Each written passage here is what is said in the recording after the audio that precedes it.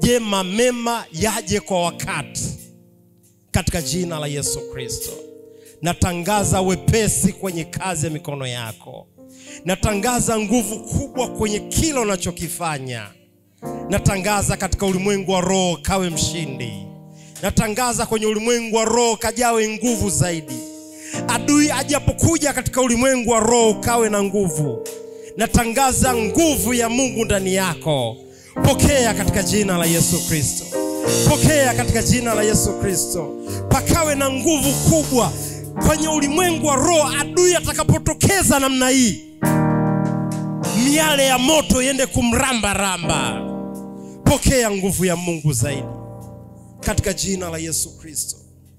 Na yote yule ambaye unampenda kutoka moyoni, nalituma neno kwake likamponye katika maangamizo. Hali yoyote ya maangamizo ya yule umpendaye,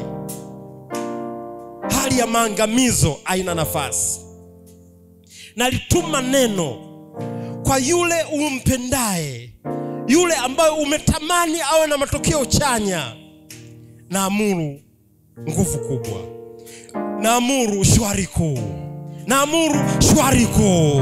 Natangaza shwari kuu katika ulimwengu wa roho. Shwari kuu.